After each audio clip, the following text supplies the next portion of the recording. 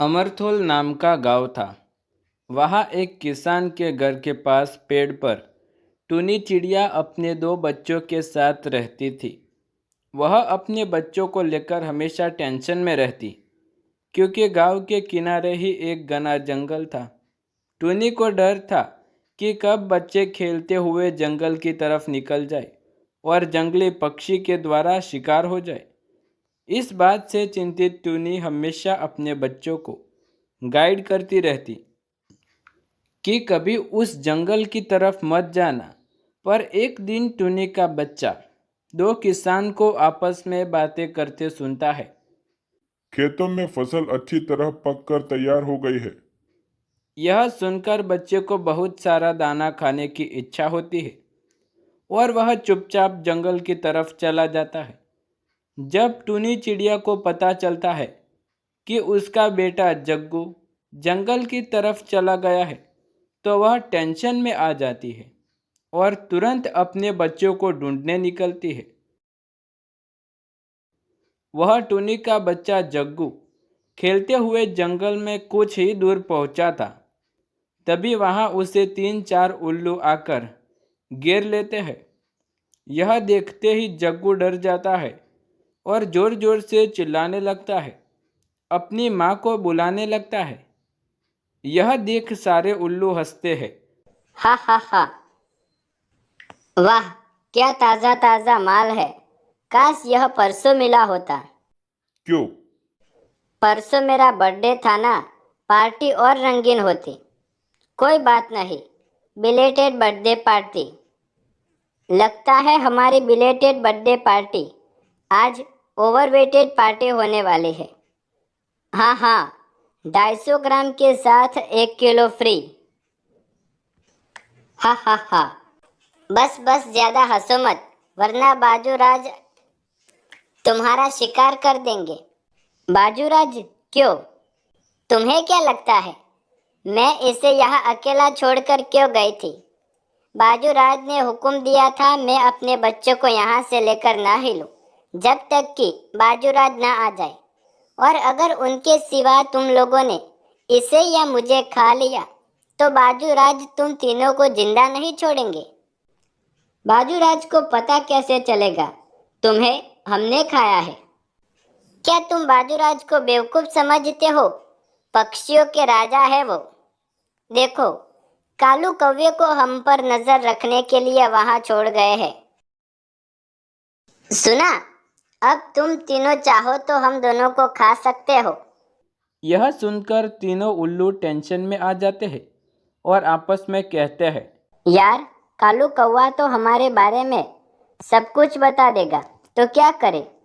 अरे जान बची तो लाखों पाए। बाजू के मुंह से निवाला छीनना मतलब खुद बाजू का निवाला बनना होगा। चलो चलते हैं। यह कहते हुए तीनों उल्लू वहां से चले जाते हैं। उल्लू के जाते ही बच्चे की जान बच गई देख टूनी जल्दी जल्दी अपने बच्चे को लेकर गांव की तरफ उड़ती है। अभी वह कुछ ही आगे बढ़े थे कि तभी उसके सामने बाजूराज आ जाता है। उन्हें देखते ही तेजी से उनकी ओर बढ़ता है। बच्चा घबराकर अपनी माँ के शरीर से लिपट जाता है। बाजूराज एक ही झपट में उनके पास पहुंच जाता है। तभी अंदर ही अंदर कांपती हुई टूनी हिम्मत करके बोली, ठहरिए बाजूराज, वरना बाजू रानी को गुस्सा आ जाएगा। कहाँ है बाजू रानी? तुम टुनी अपने आप को बाजू रानी समझ रही हो? हा हा हा। नहीं, मैं आपकी बाजू रानी की बात कर रही हूँ। मेरी बाजू रानी? हाँ, आप क्या समझते हो? मैं क्या अपने बच्चे को लेकर इस भयानक जंगल में पिकनिक मनाने निकली हूँ? नहीं, मुझे बाजू रानी ने पकड़ लिया था और कहा था जब तक मैं ना आ जाऊँ यही रुकना।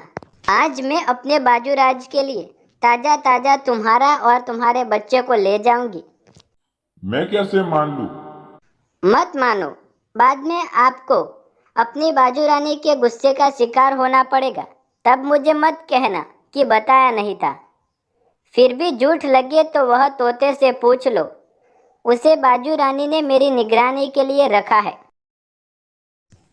मेरे साथ कोई भी कुछ भी करेगा तो तोता बाजू रानी को सब कुछ बता देगा। फिर बाजू रानी उसे छोड़ेगी नहीं। आप चाहे तो तोते को भगा कर देखो, वह मेरी निगरानी छोड़कर जाएगा ही नहीं। आखिर बाजू रानी का हुक्म है। यह सुनकर बाजूराज तोते को भगाने के लिए जोर से चीखता है, मगर तोता एक जगह से उड़कर फिर दूसरी जगह बैठ जाता है। यह देखकर टूनी झट से कहती है, कोई फायदा नहीं बाजूराज, तोता बाजू रानी का हुक्म ना बजाए, ऐसा हो सकता है? सच कह रही हो तुम। तोता तुम्हारी जासूसी के लिए ही है, यहाँ से नहीं जाएगा। खैर, बाजू रानी से पंगा कौन लेगा, मैं ही चला जाता हूँ। बाद में बाजू रानी तुम दोनों को मेरे लिए ही लाएगी ना। यह कहकर बाजूराज वहां से निकलता है। उसके जाते ही टूनी अपने बच्चों को लेकर जल्दी जल्दी गांव की तरफ उड़ते हैं। अभी वह कुछ ही आगे पहुंची थी कि तभी सामने से बाजू रानी आ जाती है। उन्हें देखते ही बाजू रानी चीखती है। बाजू रानी की चीख को सुन बच्चा अपनी माँ के पीछे छुप जाता है। वाह, आज मेरे बाजूराज के साथ दो दो नरम शिकार को देखकर खुश हो जाएंगे। वाह, पति पत्नी हो तो आप जैसे दोनों एक दूसरे को खुश करने में लगे हैं। क्या मतलब? रोज आप बाजूराज के लिए शिकार करके ले जाती हो। आज बाजूराज ने हम दोनों का शिकार करने का प्लान बनाया है, तो फिर किया क्यों नहीं? कहा था कि बाजू रानी को गुफा में आ जाने दो, बाद में तुम दोनों का ताजा ताजा शिकार करके ले जाऊंगा। आज बाजूराज मेरे बारे में ऐसा सोचते हैं।